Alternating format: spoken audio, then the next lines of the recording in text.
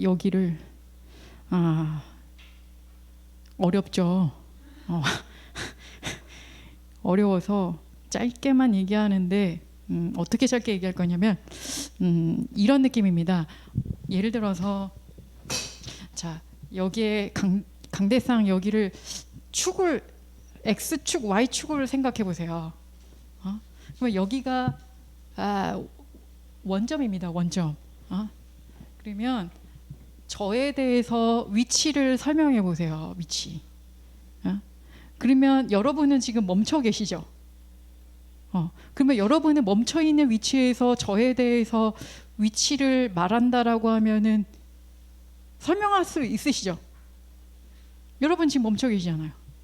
각자 위치에서 저에 대해서 얘기하면 저 사람은 지금 대략적으로 어느 위치에 뭐 우리가 그 좌표로 얘기한다든가 아니면 각도로 얘기한다든가 위치를 설명할 수 있습니다. 여기까지는 뉴턴적입니다. 여기까지. 근데 상대성으로 들어간다는 거는 여러분은 지금 멈춰 계십니까? 이런 거죠. 예? 예. 예를 들어서 지금 여러분들이 저의 위치를 얘기했을 때는 전제가 뭐냐면 여러분은 멈춰 있고 저를 뭔가 정확하게 뭐다라고 얘기할 수 있다라는 겁니다. 그렇죠? 그런 전제에서 만약에 좌표로 얘기해서 만약에 뭐 축이 이렇게 있으면 여기에 뭐 3, 4포인트 뭐 이렇게 얘기한다고 치면 그 얘기는 여러분은 이 중심 센터에서 멈춰 있다라는 것을 전제로 얘기하시는 겁니다. 느껴지세요? 근데 대부분 이 뉴턴적 사고방식은 뭐냐면 관측을 해요. 그죠? 관측을 한다라고 하면서 자신은 당연히 그 관측하는 포지션을 정확하게 알고 있다라는 걸 전제로 얘기합니다. 근데 과연 그럴까요? 확신할 수 있습니까? 여러분이 얘기하는 어떤 저거는 어때, 저거는 어때, 저거는 어때 라고 얘기를 확신 있게 얘기하신다는 거는 내가 보는 관찰자가 정지에 있어서 정확하게 보고 있다라는 걸 전제로 한다는 거거든요. 이렇게 보면은 이 뉴턴적 사고방식에 계속해서 있다 보면 내가 보는 것이 정확하다라고 하는 그 관점에 머무르게 됩니다. 되게 이런 거를 혹시 소설에서 보면은 전지작가적 시점 이런 느낌 느껴지세요? 이런 게 뉴턴적 사고방식입니다. 그런데 생각해 보면 제가 막 움직이면서 누구를 보고 있어요. 이렇게 만약에 그렇다면 어떤 뭐에 대해서 위치를 정확하게 말한다라고 하는 게 가능한가요? 근데 실질적으로 여러분이 제가 원래 이 첫 번째 강의에서 얘기하려고 했던 게 마지막에 모든 것들은 미친 듯이 움직이고 있습니다. 알게 모르게 여러분이 물리에서 가장 어렵다라고 하는 챕터를 따지면 파동? 그죠? 파동이라든가 전기 파트 이쪽이 어려운데 왜냐하면 얘네들이 미친 듯이 이런 식으로 움직이는 것들을 얘기를 합니다. 이렇게. 근데 여러분이 물리의 전체적으로 보시면 대부분은 뉴턴처럼 이렇게 이런 저 같은 사물이 움직이는 이런 것만 생각을 해요. 물리하면 안 그런가요? 근데 실질적으로 물리는 이거는 아주 베이직한 거고요. 자꾸 더 들어가다 보면은 모든 입자가 미친 듯이 이렇게 돌고 있는 것을 얘기합니다. 그래서 제가 첫 번째 강의에서 원운동에서 마지막으로 얘기했고 모든 입자가 미친 듯이 이런 식으로 모션을 하고 있다는 걸 얘기한 겁니다. 그래서 자세히 들여다보면 세상의 모든 것들이 뭔가 조금씩 움직이고 있고 나에게 영향을 주고 있습니다. 그래서 나는 절대자의 위치에 있다라고 얘기하기 참 어려운 거예요. 어떠세요? 그러니까 전지작가적 시점이라고 하는 거는 나는 절대자의 관점에 있게 됩니다. 그래서 내가 보는 무엇이 정확하다라는 얘기죠. 근데 이거 자체가 나는 절대 영향을 안 받는다라는 걸 전제하지 않아요? 나는 주변에 절대 영향을 받지 않으며 그래서 내가 무언가를 지적하면서 얘기하는 건 절대적으로 맞다라고 됩니다. 근데 이런 사고가 필요해요. 왜냐하면 어떤 것에 대해서 얘기를 할 때 정보를 전달을 해야 되잖아요. 그러니까 정보를 전달해야 되니까 기본적으로 객관적 시각에서 뭔가를 얘기를 해야 되거든요. 그런데 인간이 이러한 식으로 얘기할 때 주의해야 될 거는 지금은 이런 식으로 보이는 것을 얘기해서 이 정보를 전달하기 위해서 필요한 거지 이게 100% 맞냐? 라는 부분에서는 솔직히 퀘션 마크가 조금 들어가야 됩니다. 여기에서는 이제 여러 가지 원리들이 나오는데 내가 무언가의 영향을 받고 있다면 내가 보는 것이 맞지 않을 수 있다는 겁니다. 이러한 것들이 조금씩 상대성 원리로 조금씩 들어가기 시작합니다. 그러니까 상대적 관점이 생기는 거예요. 내가 맞아? 내가 보는 게 맞아? 이렇게 된다는 거죠. 어떻게 생각하세요? 근데 우리는 뉴턴적인 사고가 있어갖고 일단은 나는 절대자의 위치에 있고 뭔가를 계속해서 잘 보고 있어. 난 잘 보고 있지. 이런 느낌입니다. 근데 상대성으로 딱 들어가기 시작하면 나부터가 무언가 영향을 받고 있고 나부터가 뭔가 움직이기 시작해요. 그렇게 해서 내가 보는 게 맞나? 라고 하는 관점이 생기기 시작합니다. 제가 나를 보고 있고 나도 쟤를 보고 있고 뭔가가 입장이 다르다는 겁니다. 입장이. 그런데 대부분은 상대성의 시각에 많이 오지 않아요. 그렇지 않으세요? 내 자신은 절대적으로 맞는 것을 보고 있다는 입장에 주로 있지 내가 보는 것이 변할 수도 있겠는걸? 이런 입장에 있진 않잖아요. 저는 과학 법칙 같은 걸 보면서 이런 여러 가지 사고의 방식을 보면 인간들이 굉장히 그러니까 이런 상대성으로 가는 게 되게 어렵습니다. 쉬우세요 이게? 나중에 양자역학 쪽으로 보게 될 텐데 거기 가면 더 심해집니다 이게. 어떤 위치를 표현하는 이 사고 방식이 사람을 완전 불확실성에 빠지게 합니다. 근데 여러분이 이 사고를 느끼길 원하는 거예요. 왜냐하면 우리는 하나님의 피조물이고 끊임없이 절대자의 위치에 있는 사람들이 아닙니다. 절대자의 위치에 있는 게 아니라 뭔가 주변에서 영향을 받고 있기 때문에 내가 무언가를 보는 것이 정말 정확한가? 이런 것들에 대해서 한번 의문점을 갖게 된다는 거예요. 그래서 결국 빠지게 게 틀릴 수도 있겠는걸 이렇게. 이런 식으로 해서 우리가 조금 더 겸손한 위치로 나아갈 수 있다고 생각합니다. 상대성적인 시각으로 조금 들어가기 시작하면요. 그런데 이제 상대성의 원리로 들어가면은 이게 일반 상대성의 원리가 있고 특별 상대성의 원리가 있는데 지금은 일반 상대성의 원리에서 다른 관점을 말한다면 이것도 결국은 시간이라는 게 1초의 간격이 일정하지 않나요? 여러분의 1초와 저의 1초의 간격이 같습니까? 틀립니까? 같잖아요. 그래서 여러분이 30초라고 얘기하면 저도 30초 이렇게 느끼지 않아요? 근데 이거는 어느 관점에서 얘기하냐면 우리가 지금 물체의 속도가 빛의 속도에 도달하지 않은 상태 이런 상태에서만 시간의 간격을 일정하다고 우리가 서로 공유하는 시간의 간격을 나름 같은 시간 간격이라고 얘기합니다. 근데 어떤 물체가 빛의 속도로 움직이기 시작하잖아요. 그러면 시간의 간격이 달라지기 시작합니다. 그래서 시간이 달라지면 얘기할 수 있는 속도에 대해든가 모든 것들에 대한 얘기할 수 있는 관점이 마구잡이로 비틀어지기 시작합니다. 제가 솔직히 인터스텔라 영화를 안 봐서 몰라요. 모르는데 제가 어디서 들은 얘기가 그래요. 어디 우주 여행하고 왔는데 안 늙지 않았어요? 혹시 제가 들은 얘기예요. 잘 몰라서 그러는데 자기 자식은 늙었나? 자기는 안 늙었어? 이런 거죠. 그러니까 시간의 관념이 다르지 않아요? 제가 왜 시간의 관념이 다르다는 얘기를 하냐면 이거는 솔직히 증명된 사실이 아니고 제 생각입니다. 제 생각. 벌써 시간의 길이가 다를 수 있다라는 가능성이 생기기 시작하면 창조론의 창세기 1장에 대한 해석도 많은 얘기가 나올 수 있어요. 하나님의 영역은 신의 영역이잖아요. 하나님의 시간과 우리의 시간이 다를 수 있는 겁니다. 어떻게 생각하세요? 그러니까 우리가 하루, 이틀, 3일 이렇게 얘기할 때 우리가 생각하는 하루의 길이와 빛의 속도로 달리는 자들의 하루는 다릅니다. 그렇죠? 그 시간의 길이가 달라요. 네? 그러면 하나님은 어느 영역에 속해 있냐면, 여러분 물질 중에서 입자 중에 가장 빠른 입자가 빛의 입자, 광자라고 합니다. 광자. 이 광자의 속도는 3 곱하기 10의 8승 메타퍼세크라고 해서 절대 속도를 의미합니다. 이게 절대 속도. 빛보다 빠른 속도는 나오지가 않아요. 물질계에서.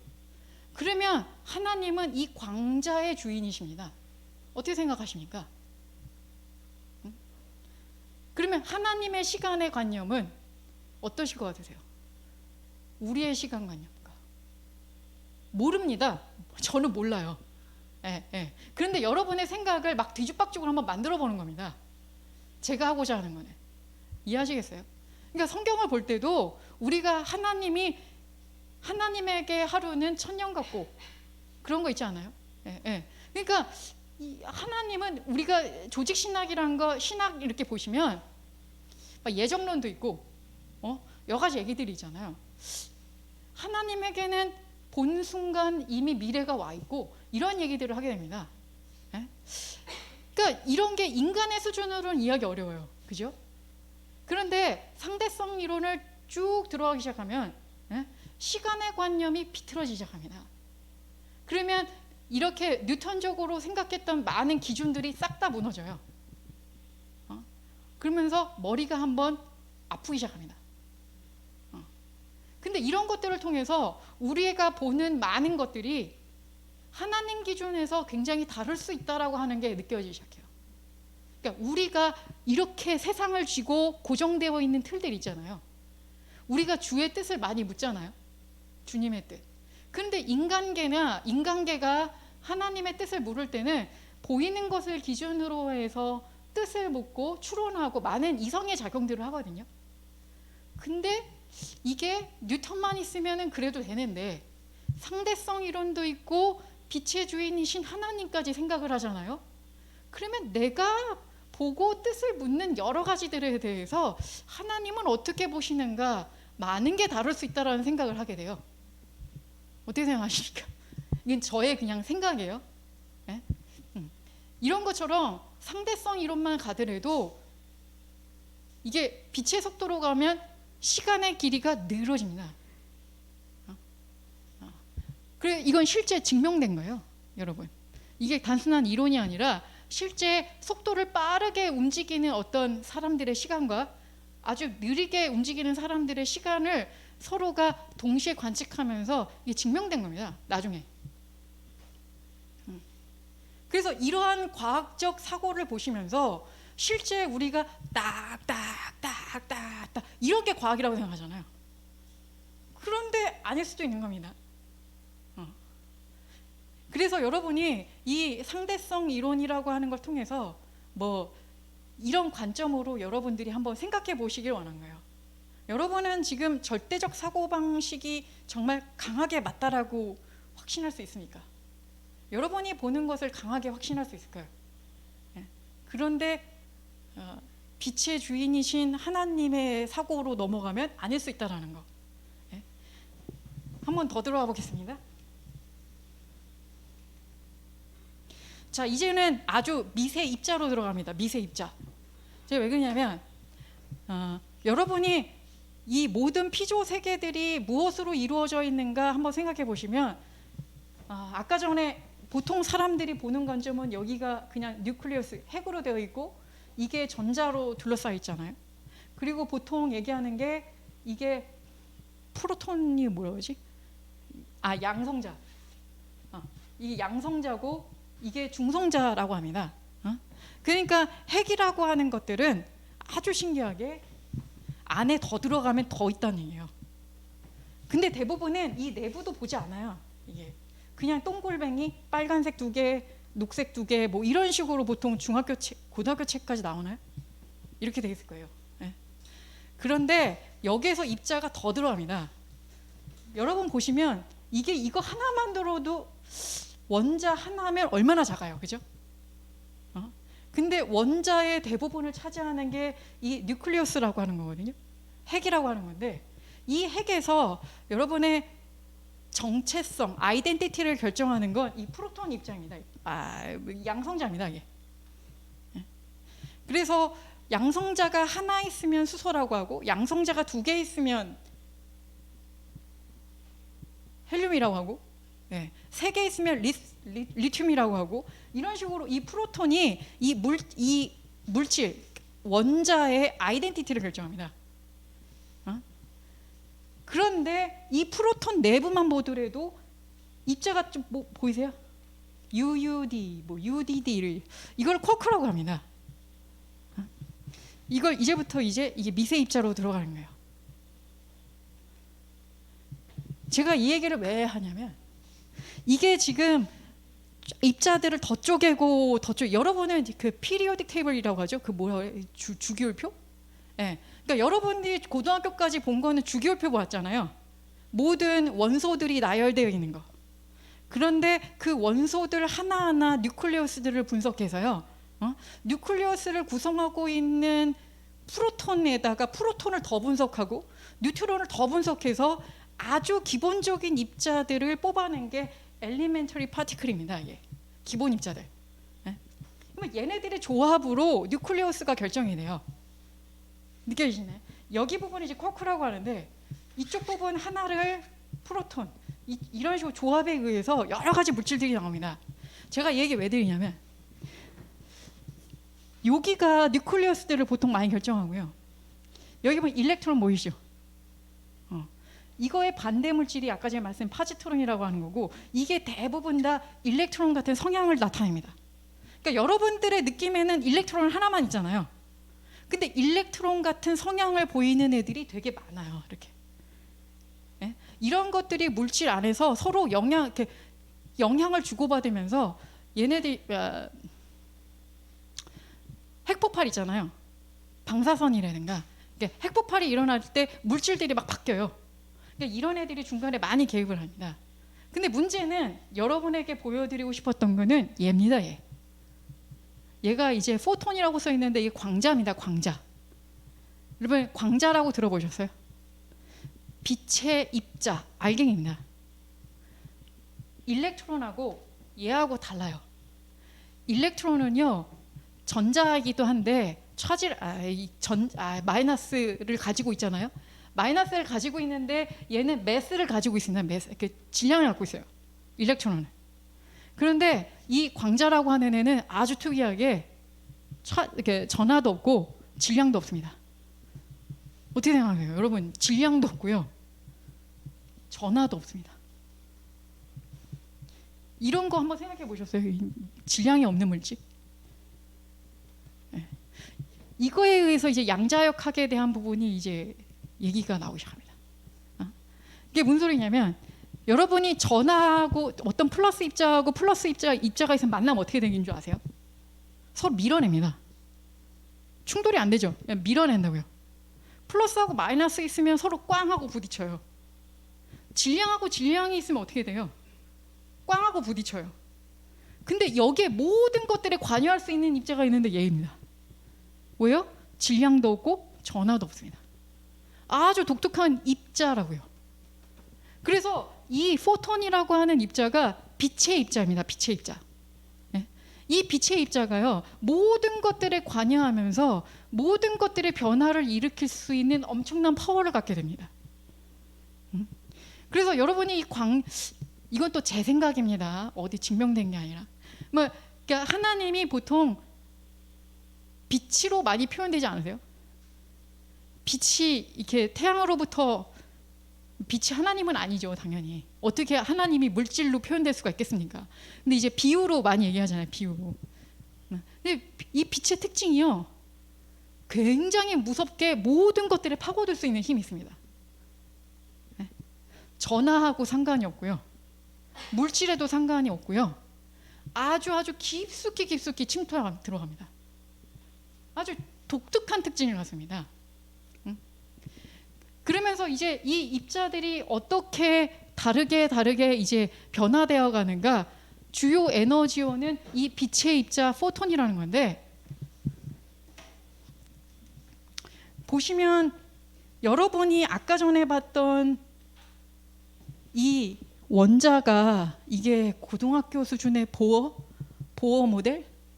아마 보어 모델로 치면은 이런 식의 그림을 그립니다. 근데 이거는 보어라고 하는 사람의 아주 오래전에 아주 단순한 생각입니다. 아주 이거 뭐라고 할까요? 단순화시킨 모형이에요. 근데 실제는 어떻게 되어 있냐면 이 양자역학에 의해서 이 제대로 된 원자의 형태를 파악할 수가 없습니다. 이게 무슨 소리냐면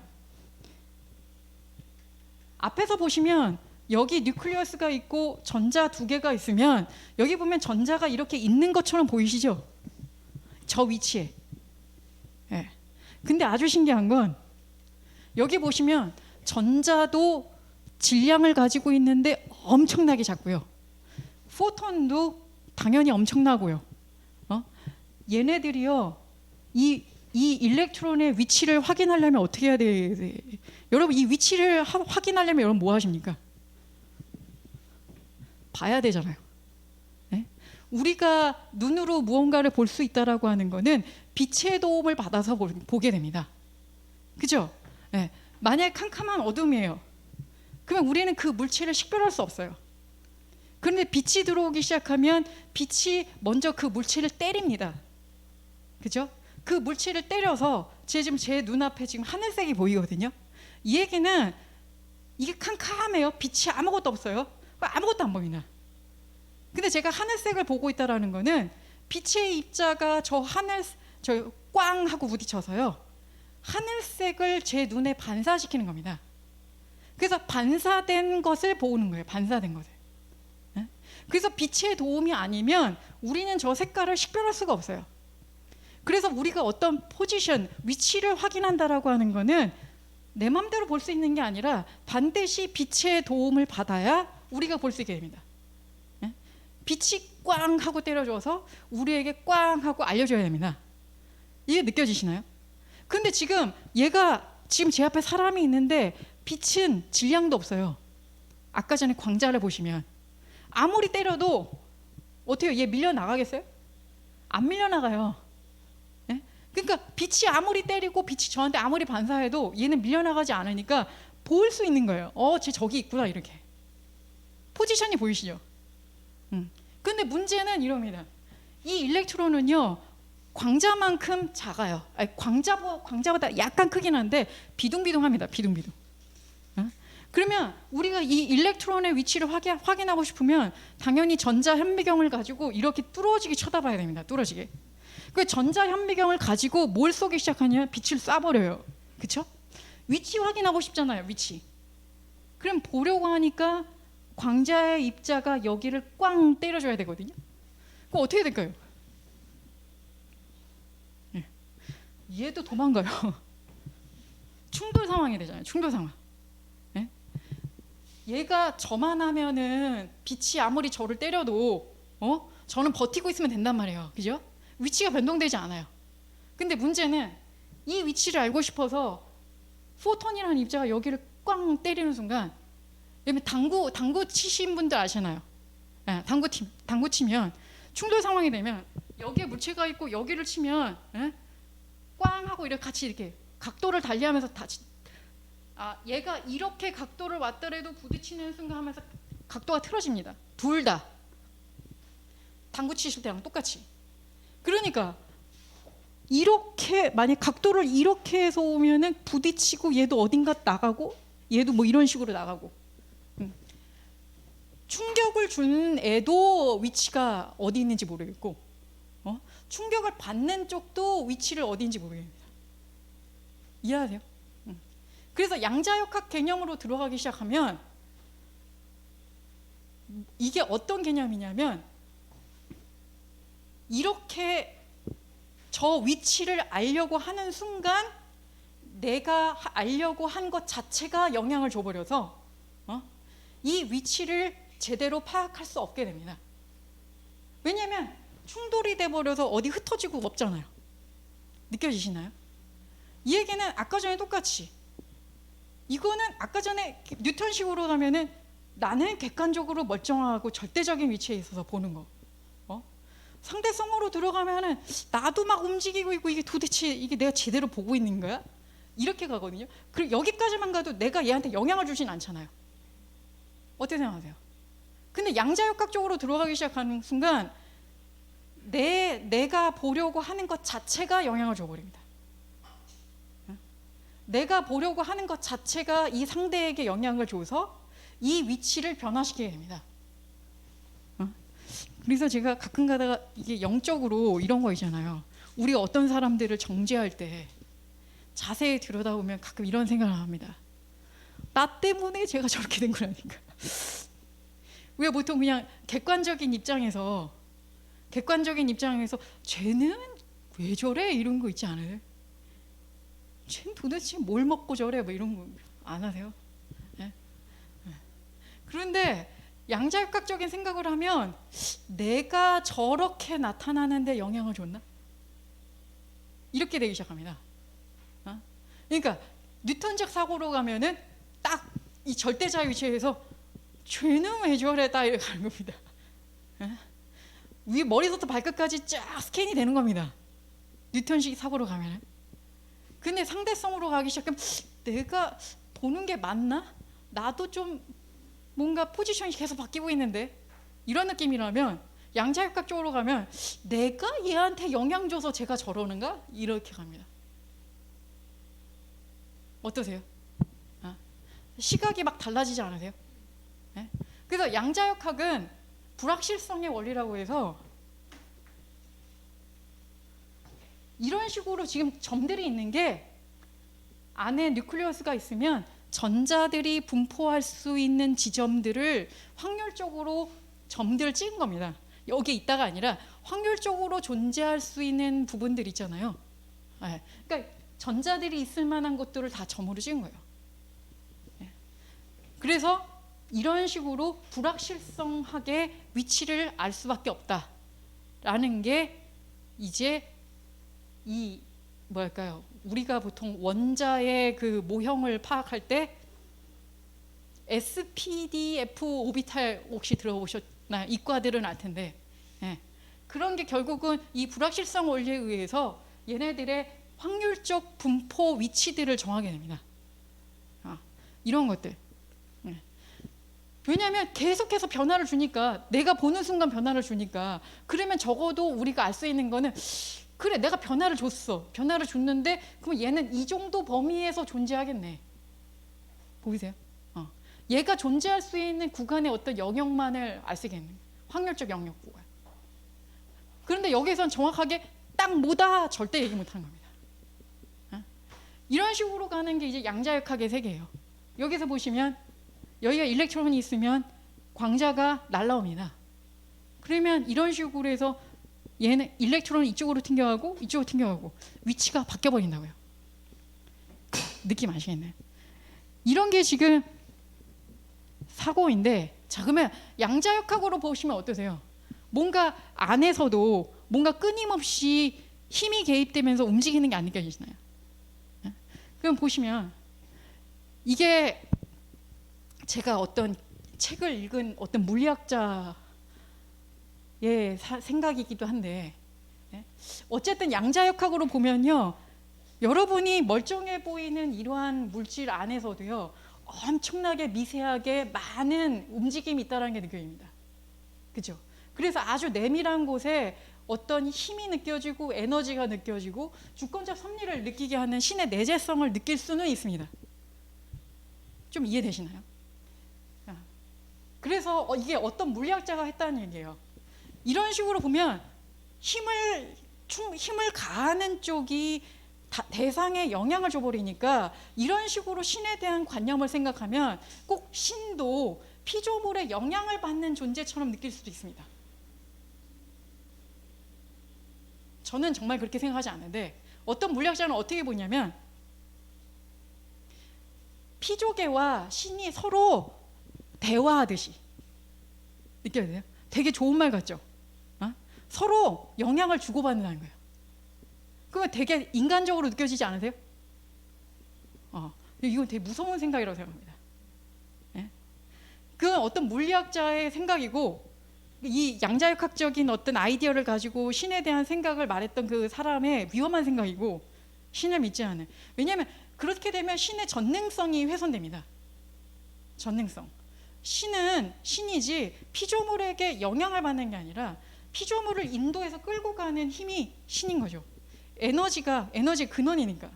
근데 어떻게 보면 이 물리학자의 생각은 에너지가 들어가는 부분을 신으로 여긴 건데, 제가 봤을 때 그냥 이거는 그냥 피조 세계에 대한 현상인 거지, 이거를 신에 대한 생각으로 이거를 오버랩을 시키는 생각은 좀 위험하다는 생각이 들어요. 그런데 문제는 양자역학만 가기 시작하면 신의 내재성을, 안의 섭리를 느낄 수 있다라고 하는데, 결국은 또 양자역학만으로는 하나님의 인격성을 설명할 수가 없습니다. 그렇죠? 우리가 자꾸 과학을 통해서 신을 증명하고 싶은 욕구 안 되세요? 저만 그러나요? 왜냐면 말이 되게끔 막 설명해주고 싶잖아요. 그런데 이런 거 하면 안 된다는 겁니다, 결국은. 양자역학을 이용해서 아무리 신에 대한 설명을 하려고 해도 결국은 보이는 피조 세계를 통해서 하나님의 인격적인 특성을 다 나타낼 수는 없습니다. 하나님의 인격성은 예수님으로 하나님의 아들이 오셔서 그분이 하나님의 아버지 하나님을 인격으로서 다 드러내시잖아요. 그러니까 진짜 하나님은 예수님을 통해서 하나님이 드러나는 거지, 이런 과학 법칙을 통해서 아무리 이렇게 말이 되게 내재성이니 막 얘기를 해도 결국은 이 부분에 있어서 설명을 못하고, 어떻게 보면 지식의 유희에 빠질 수 있습니다. 지식의 유희. 그래서 여러분이 과학 법칙으로 많은 것들을 증명하려고 하는 시도를 하실 텐데, 그것보다 이런 것들은 결국은 이러한 것으로 자칫 잘못 증명하려고 했다가 우리가 섬기는 하나님에 대해서 왜곡된 지식을 남발할 수 있다는 겁니다. 저는 그래서 그런 부분에 대해서 지식적 유희에 빠지지 않았으면 하는 마음에서 전하는 겁니다.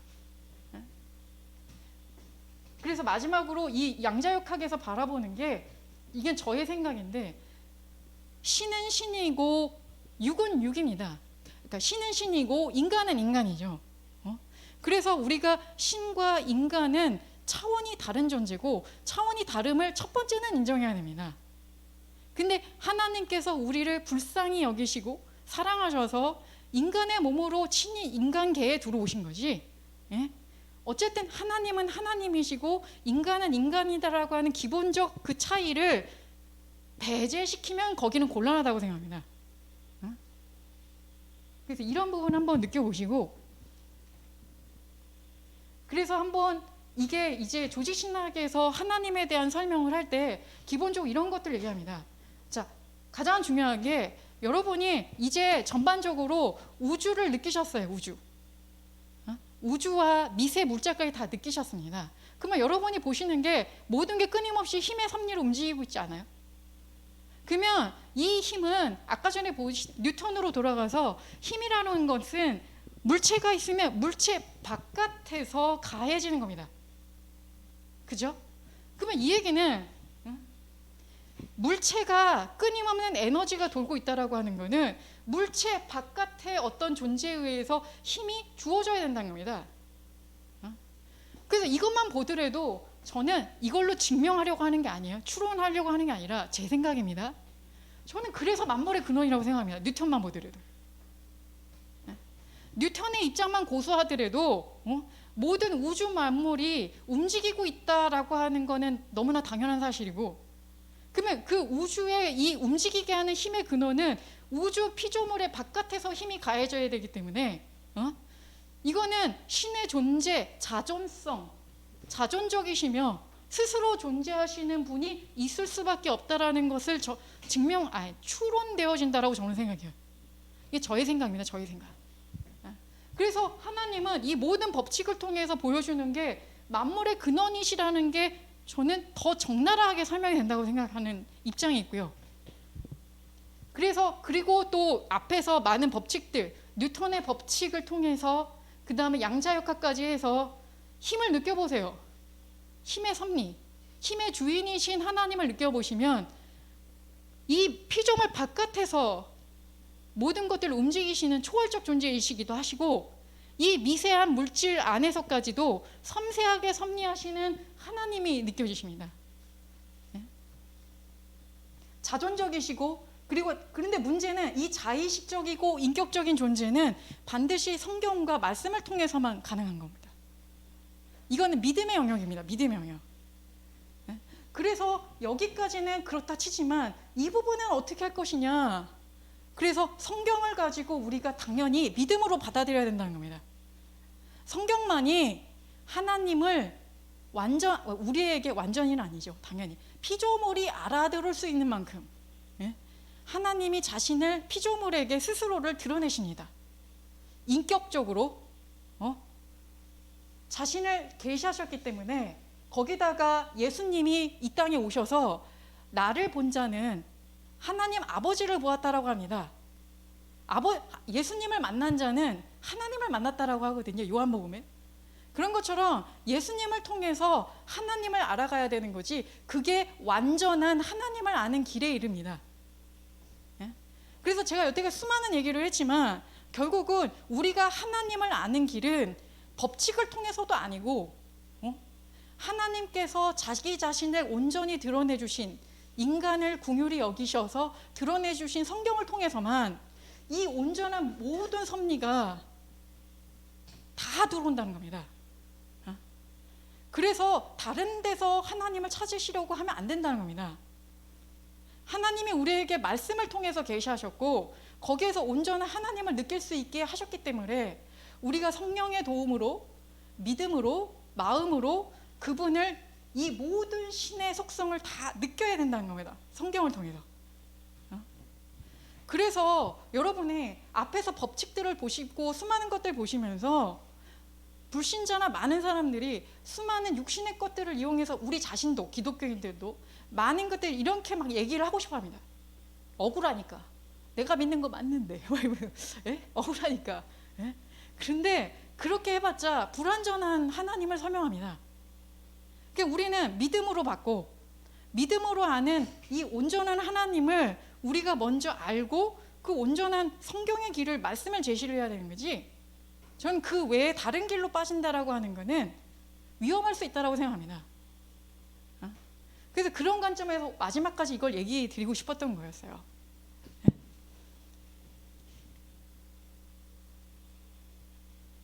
네. 제가 이건 솔직히 이미 다 하신 거고, 제가 그래서 중국에 있을 때 저에게 유일한 말씀의 길이 되었던 게 이거였습니다. 히브리서 11장 8절이었는데 중국에 있다 보면 정말 갈 바를 알지 못하고 가는 일이 너무 많아서 저같이 과학을 하는 사람이 얼마나 예측적 사고가 많았겠어요. 당연히. 그런데 그 결정론적이고 예측적 사고를 하나님이 아작아작 부서뜨리면서 항상 2단계에 놓이게 하셨거든요. 불확실성 원리에 빠지게 하셨습니다. 여러분도 그런 축복을 받으시게. 마지막으로 엔트로피에 대해서 설명하고 마칠 건데요. 여러분이 처음에 말씀드렸다시피 과학을 하면 자꾸 과학으로 뭔가를 할 수 있다고 얘기합니다. 근데 과학은 종말을 미리 예견하고 있어요. 연력학 법칙이라고 하는 건데, 연력학의 제1법칙은 그 에너지 보존 법칙이라고 하는 겁니다. 에너지 보존 법칙. 다 아시죠? 근데 여러분 에너지 보존 법칙 한번 생각해 보세요. 이게 근본 원인이 어디냐면요, 하나님께서 뭔가 만물을 시작하십니다. 이 물질을 시작하신 거예요. 물질을. 그러면 여러분 물질은 제한적인 거 아니에요? 이 제한적인 물질을 처음 시작을 했는데 여기서부터 시작해서 이제 뭔가 퍼져나가기 시작한다고요. 에너지가 증가할 수 있겠어요? 네? 느껴지세요? 그래서 처음 하나님께서 어떤 것을 만들었다 그러면은 그건 그 제한적 에너지, 만약 100이다 그럼 100으로 출발한 겁니다. 그러니까 100이 200이 될 수는 없어요. 느껴지시나요? 100을 가지고 모양을 바꾸는 거죠. 그래서 이게 어떻게 보면 질량 보존의 법칙 자체도 시작이 느껴지지 않으세요? 시작? 무언가에 시작이 있구나라는 게 한번 느껴보시기 바랍니다. 이게 에너지 총량이 늘 유지가 돼요. 그죠? 이거는 절대 불변의 진리입니다. 이게. 이거 자체가 에너지가 증가될 수도 없고 낮을 수도 없고 우주의 총량 자체가 일정하다는 거는 뭔가가 시작이 있다는 겁니다. 이런 것도 한번 느껴보시고, 문제는 두 번째입니다. 열역학의 제2법칙을 우리가 엔트로피라고 하는데, 이런 거 지금 여기 보면 자발적 과정의 방향성 어쩌고 말이 어렵죠. 이 얘기가 무슨 소리냐면, 여러분 자연에 있는 모든 현상은요 뭔가 무질서를 향해서 계속해서 반응이 일어납니다. 예를 들어 여러분이 청소하실 때 어떠세요? 청소하시는 과정은 질서를 잡는 과정 아니세요? 그렇죠? 정리해야 되고 그 다음에 쓸고 닦고 또 뭔가 정리하고 에너지 소비가 되지 않으세요? 이거는 내가 억지로 몸을 일으켜서 뭔가 해야 되는 거 아닌가요? 근데 여러분 어지를 때 어떻게 하세요? 어지를 때? 그 힘 안 들이고도 하지 않으세요? 네? 집에서 나딘 걸거나 뭐 던지고 굉장히 쉽지 않으세요? 굉장히 자연스럽지 않으세요? 자연스럽고 자발적 과정이지 않으세요? 네? 그런데 이러다가 질서를 잡으려고 하는 순간 마음을 잡아야 됩니다. 마음부터 마음부터 일으키고 억지로 뭔가 이렇게 이걸 이제 가요. 비가요? 뭐라지? 네. 죄송합니다. 영어만 생각이 나고. 어쨌든 이게 무슨 소리냐면 원래 우주가 가만히 놔두잖아요. 그러면 무질서한 방향으로 계속해서 반응이 일어난다. 자발적으로 일어난다는 겁니다. 그러면 질서를 잡히게 하려면 어떻게 해야 돼요? 에너지를 어디다 끌어와야 돼요. 끌어와서 힘을 가해서 에너지를 가해서 이렇게 뭔가 질서를 세우는 겁니다. 그래서 여러분 도시를 세울 때나 뭔가 질서를 세울 때는 수많은 에너지를 밖으로 끌고 와서 뭔가를 쌓아야 되는 거 아닙니까? 이거는 이제 억지로 끌고 오는 거고, 실제 자연적 자발적 과정이라고 하는 건 냅두면 일어나는 겁니다. 냅두면 그 방향성으로 일어나는 거. 이걸 이제 엔트로피 법칙이라고 하는데, 모든 우주는 이렇게 자발적 과정의 방향성을 가지면서 끊임없이 반응이 일어난다는 걸 얘기합니다. 그래서 이거를 어려운 말로 무질서도가 증가하는 방향으로 일어난다라고 합니다. 그리고 또 다른 말로는 이렇게 표현하는데, 처음 시작은 유용한 에너지에서 출발을 해요. 그죠? 그런데 계속해서 여러분이 소비하죠. 자발적 과정이 계속 일어나죠. 그럼 주변을 온통 쓸모없는 에너지로, 유용한 에너지를 써서 쓸모없는 에너지로 계속 바꾸는 작업을 합니다. 느껴지세요? 이게 자연의 법칙입니다. 그래서 이 얘기는 모든 우주 만물이 결국은 끊임없이 무질서한 방향으로 에너지를 끊임없이 자발적으로 소비하고 있습니다. 그래서 총량이 유용한 에너지가 처음 창조 때 만약 100이었으면 계속해서 유용한 에너지를 써서 나중에 고갈된다는 걸 의미합니다. 만약에 에너지 총량이 늘어나기도 하고 줄어들기도 하고 이렇게 막 변하면 좋겠는데, 에너지 총량은 정해져 있고 이 상태에서 유용한 에너지가 유용하지 않은 에너지로 자꾸 바뀌는 겁니다. 이렇게. 자, 어떻게 돼요? 그러니까 마지막은 결국은 끝입니다. 네. 그래서 엔트로피를 자세히 보시면 열역학의 법칙은, 열역학 법칙이라고 하는 건 절대 변하지 않는 법칙이라고 얘기해요. 이 법칙만으로도 모든 우주 만물의 종말을 보여주고 있습니다. 여러분이 과학을 생각하실 때 태양 에너지를 끌어쓴다든가 아니면 친환경적 에너지, 수많은 걸 생각하지만 예를 들어서 태양 에너지를 예로 들면 친환경인 것 같으세요? 어떻게 생각하세요? 석탄만 얘기하잖아요. 우리가 이게 탄소 뭐죠 이런 거 많이 하잖아요. 근데 실질적으로 태양 에너지라든가 풍력 발전소 이런 거 돌릴 때 굉장히 그 팻날 보세요. 팻날. 그 전기를 담는 그 팻날들을 설치하거든요. 그 팻날들을 만드는 것 자체에도 에너지가 들어갑니다. 사람들은 친환경적으로 쓰는 에너지만 생각하지만 그 발전소를 만들기 위해서 수많이 장치하는 그것들이요, 굉장히 섬세한 공정이 들어가고 섬세한 수많은 기술과 에너지, 아주 고차원적인 에너지가 굉장히 많이 나갑니다. 그래서 여러분들이 과학기술이 발전될수록 많은 과학기술이, 아주 고급 과학기술일수록 많은 에너지를 끌어다 쓴다라고 생각하시면 됩니다. 그래서 원래의 자발적 방향성만 가더라도 고갈되거든요.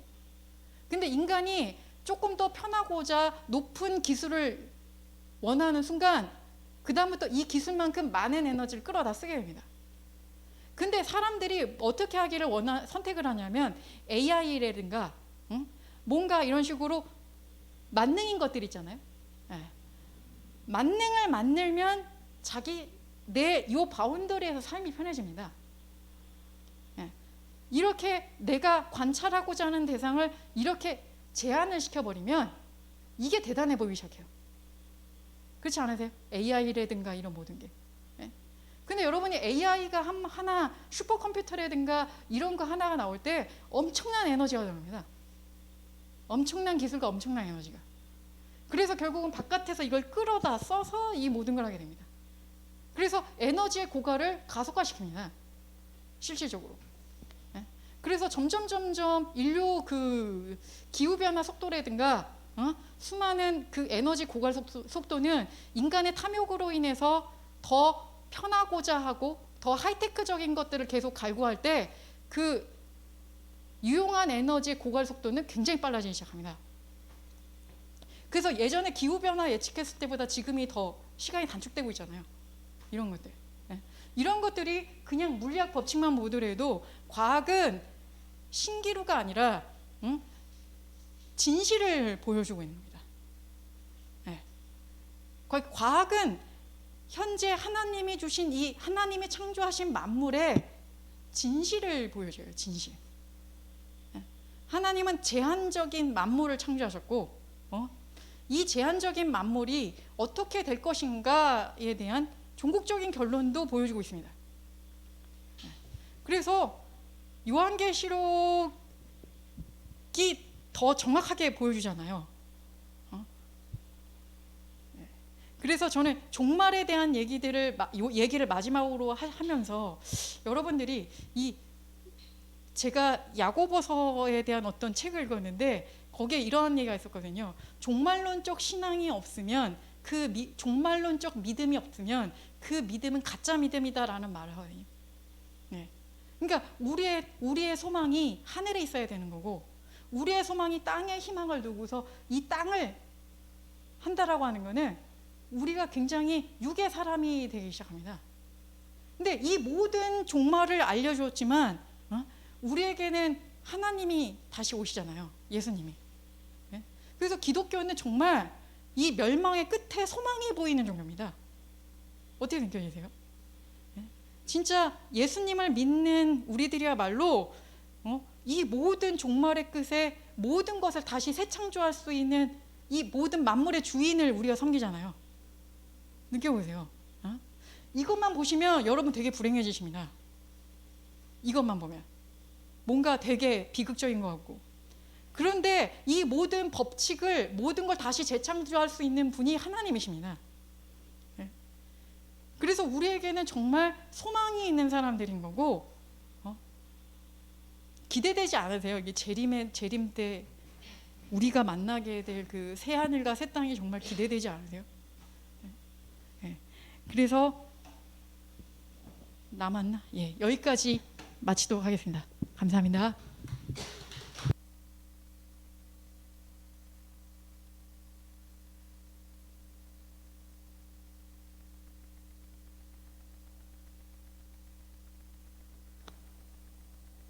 설마 있을까요?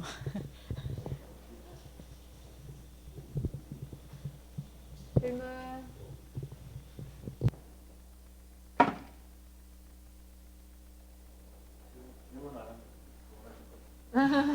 괜찮아요. 네. 부끄러움을 무릅쓰고 제가 질문을 하겠습니다.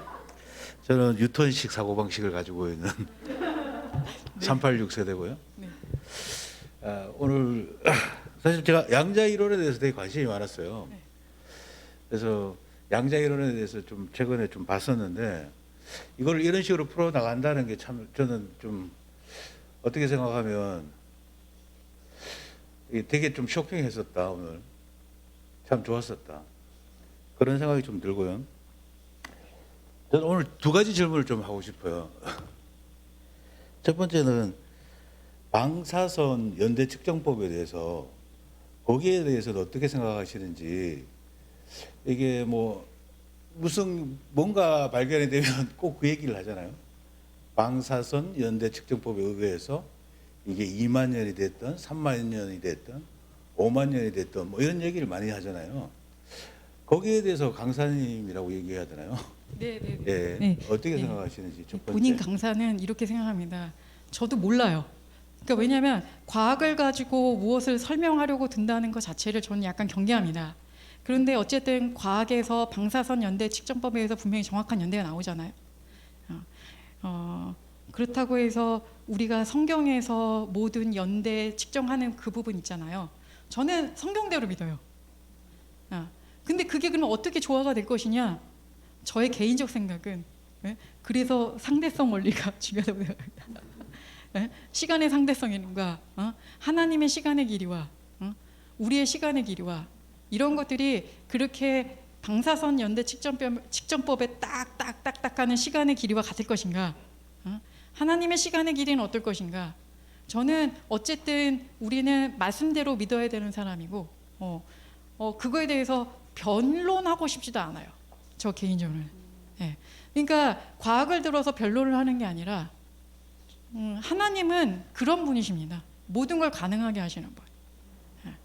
그래서 뭐 상대성 이론을 가지고도 얘기도 하고 싶고 여러 가지 할 수 있는데 그냥 굳이 저는 성경대로 믿으면 된다고 생각합니다. 거기에 대해서 저도 뭐 반론은 여지는 네. 없습니다. 없고 뭐 1일, 2일, 3일, 4일을 어떻게 생각할 건가의 상대성으로 이제 또 생각할 수도 있는 부분이고요. 두 번째는 제가 물어보고 싶은 게 아까 좀 이해가 안 되는 부분이 지금 저희가 이제 뉴턴식 사고방식의 파이널 쪽으로 갈 수 있는 게 데피니션을 할 수 있는 게 저는 AI라고 보고 있었거든요. 그러니까 Artificial Intelligence가 우리가 살고 있는 여기에 대해서 많은 도움을 주고 예를 들면 뭐 이게 내비게이션도 마찬가지라고 생각하는데 우리가 갈 길을 정확하게 얘기해 주기 때문에 이산화탄소도 줄일 수 있다는, 그러니까 결국은 보면 그게 우리의 자원을 줄일 수 있는 부분, 그러니까 뭐냐면 뭐 서스테이너빌리티에 대해서 조금 더 어떻게 하면 더 가속화 시킬 수 있는 부분, 그러니까 나쁜 쪽이 아니고 더 좋은 방향으로. 그렇다 그러면 이 부분에 대해서 아까 얘기하신 게 우리가 에너지를 더 많이 쓴다고 얘기를 하셨어요. 그러니까 AI라든지 모든 부분에 대해서. 여기에 대해서는 어떤 부분에 대해서 그렇게 에너지를 더 쓴다고 느끼고 계시는지. 그러니까 제가 알고 있는 데피니션이 좀 틀린 것 같아서. 네, 물론 제가 지식이 부족해서 그럴 수 있는데 저는 어떤 측면을 보냐면 AI가 돌아갈 때 보면 정보를 먼저 수집합니다, 그렇죠?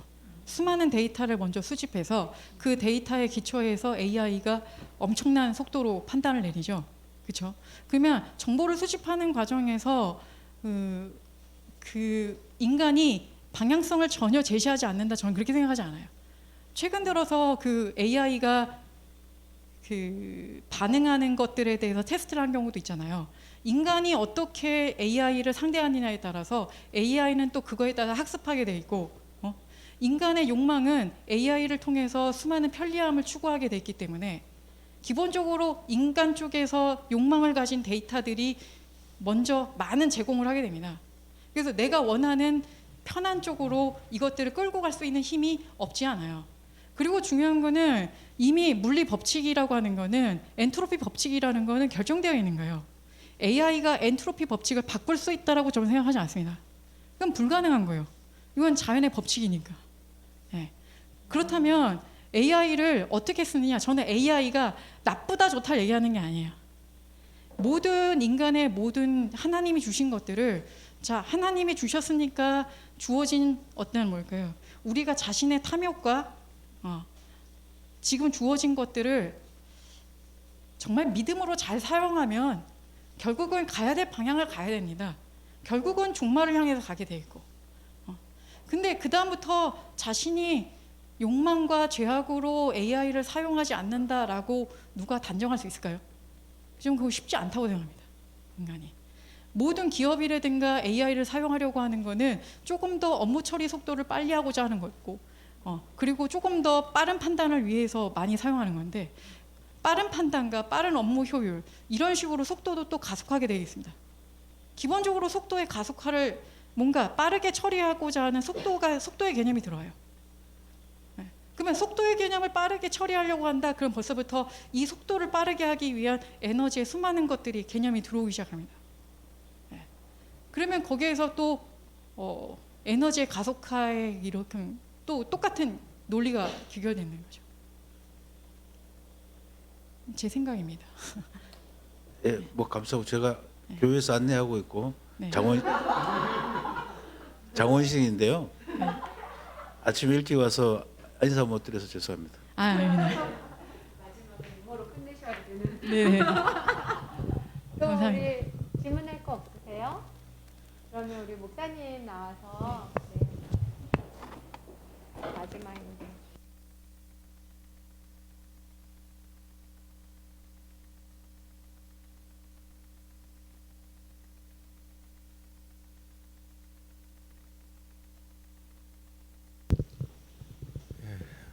우리 박수 한번 해주십시다. 이 정말 긴 시간 동안에 쉽지 않은 내용도 사실 전혀 무지한 우리에게 설명한다는 자체부터가 사실 쉽지 않으셨는데 정말 감사한 시간이었고요.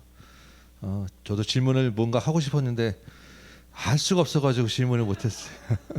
근데 감사한 것은 이렇게 그 많은 법칙과 과학으로 하나님을 알아야 되지 않는다라는 게 마지막에 결론이 감사했던 것 같아요. 하나님이 그것을 성경으로 자기 자신을 스스로 나타내 주셨다는 것만으로 이런 모든 걸 다 공부하고 해서야 하나님을 요만큼 알 수 있다 그러면 우리가 어떻게 믿겠습니까? 그렇죠? 예. 그렇게 하지 아니하시고 말씀으로 자기 자신을 직접 드러내서 우리가 알 수 있는 범위 내에서 알게 하셨다라는 것만으로 하나님 참 감사한 거고 그걸 넘어서 이 모든 법칙을 넘어서 믿음을 주셨다라는 것도 감사했던 것 같아요. 예. 근데 참 조금만 좀 더 이렇게 우리가 기본 지식 가지고 공부를 하면 그래도 조금 현 상황에서 우리의 일어나는 마음의 것들을 좀 더 알 수 있지 않을까라는 생각도 가져봅니다. 아까 쉬는 시간에 잠깐 홍도사님도 얘기했는데 하나님과 관계 서로 끌어당기는 힘이 있는데 우리가 그거를 멀리하고 그냥 하나님 주변에서 뺑뺑뺑 돌고 있다라는 늘 똑같이 교회에 왔다 갔다 하는 신앙생활만 가지고 하나님 주변을 돌고 있으면 하나님께로 가까이 갈 수 없다라는 하나님이 끌어당기는 힘에 나 자신을 내려놓고 끌어당겨서 딱 갖다 붙어야 되는데 그 갖다 붙지 않고 교회만 왔다 갔다 하고 있다는 것 자체가 우리의 신앙 모습이 아닌가라는 것들도 굉장히 참 임팩트 있는 그런 말씀이셨고 이런 적용들이 가능한 시간들이어서 좀 과학책들도 좀 보면서 우리가 보면 좋겠다라는 생각이 들기도 합니다. 오랜 시간 동안 여러분 또 수고하셨고 관심 가져서 감사하고 제가 마무리 기도하고 마치도록 하겠습니다.